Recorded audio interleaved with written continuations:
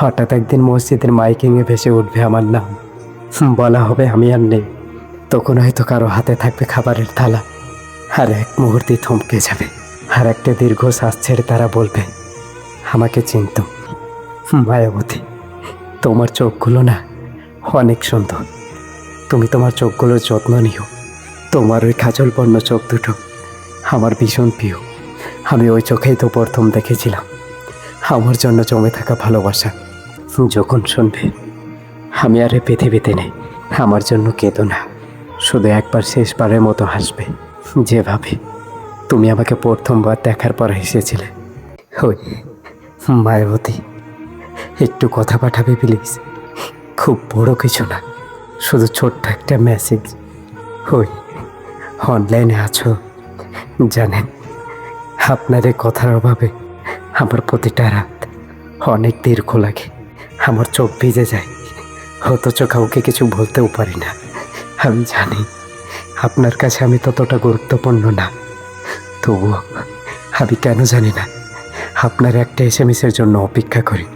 আমি নিজেকে অনেক বোঝাই আপনি তো আর আমার না, কিন্তু মনটা মানে না, শুধু আপনাকেই খুঁজে বেড়াই।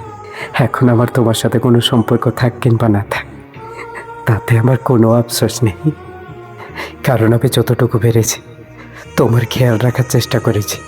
আমি যতটুকু পেরেছি আমার সাধ্যমতো তোমার পাশে থাকার চেষ্টা করেছি। আমি যতটুকু পেরেছি তোমাকে বোঝানোর চেষ্টা করেছি, আর তুমি মনে করেছ আরে ওর তো এটাই অভ্যাস, ও এরকমই। একটা কথা সবসময় মনে রেখো, যে মানুষগুলো না মন প্রাণ উজাড় করে ভালোবাসতে পারে তারাই না অতিরিক্ত কষ্ট আর অবহেলা পায়। মায়াবতী, তোমার চোখগুলো না অনেক সুন্দর। তুমি তোমার চোখগুলোর যত্ন নিও। তোমার ওই কাজলবর্ণ চোখ দুটো আমার ভীষণ প্রিয়। আমি ওই চোখেই তো প্রথম দেখেছিলাম আমার জন্য জমে থাকা ভালোবাসা। তাই বলি মায়াবতী, তুমি তোমার চোখগুলোর যত্ন নিও। অকারণে যেন তোমার চোখে জল না নামে। পৃথিবীর মানুষের কাছ থেকে কষ্ট পেয়ে তোমার চোখগুলো যেন কোনোদিনও জলে ভিজে না।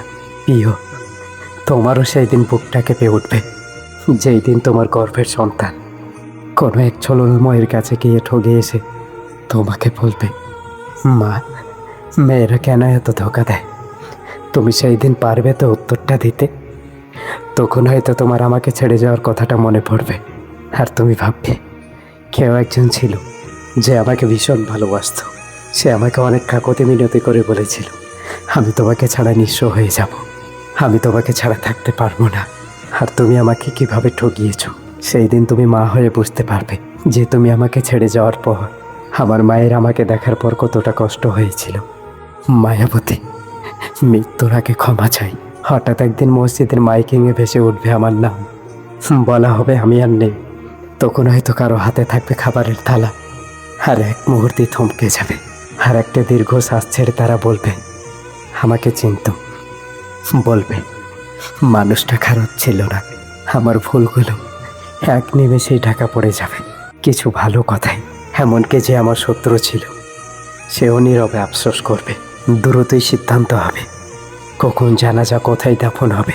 কেউ কাফনের কাপড় আনবে, আর কেউ গোবর খুঁড়তে ব্যস্ত থাকবে।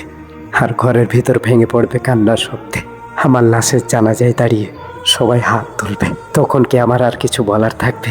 তাই তোমার মনে আমি অজান্তেই যদি কিছু কষ্ট দিয়ে থাকি তাহলে আমাকে ক্ষমা করে দিও। আমি জানি আমি অপরাধী, আমি তোমাকে অনেক কষ্ট দিয়েছি। তুমি আমার সাথে কথা বলতে চাইতে না, আমি বারবার কুকুরের মতো এসএমএস দিয়ে বলতাম প্লিজ একটু অনলাইনে আসো না, সারাদিন তোমার সাথে কথা বলা হয়নি।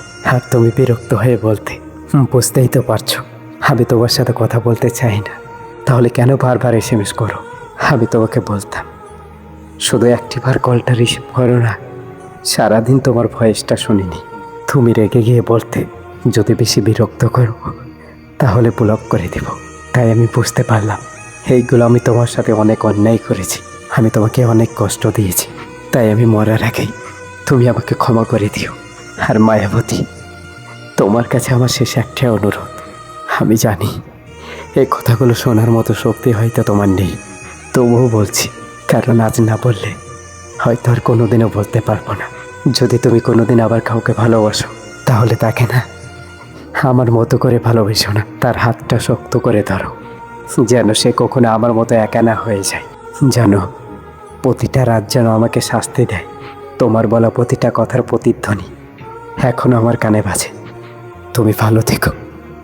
কিন্তু দেখো, আমি ভালো থাকতে পারলাম না।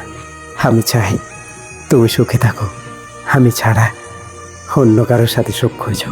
হয়তো আমি এই কথাটা বলার জন্য আজ দেরি করে ফেললাম। শেষে একটা অনুরোধ, যখন শুনবে আমি আর এই পৃথিবীতে নেই, আমার জন্য কেঁদো না। শুধু একবার শেষবারের মতো হাসবে, যেভাবে তুমি আমাকে প্রথমবার দেখার পর হেসেছিলে।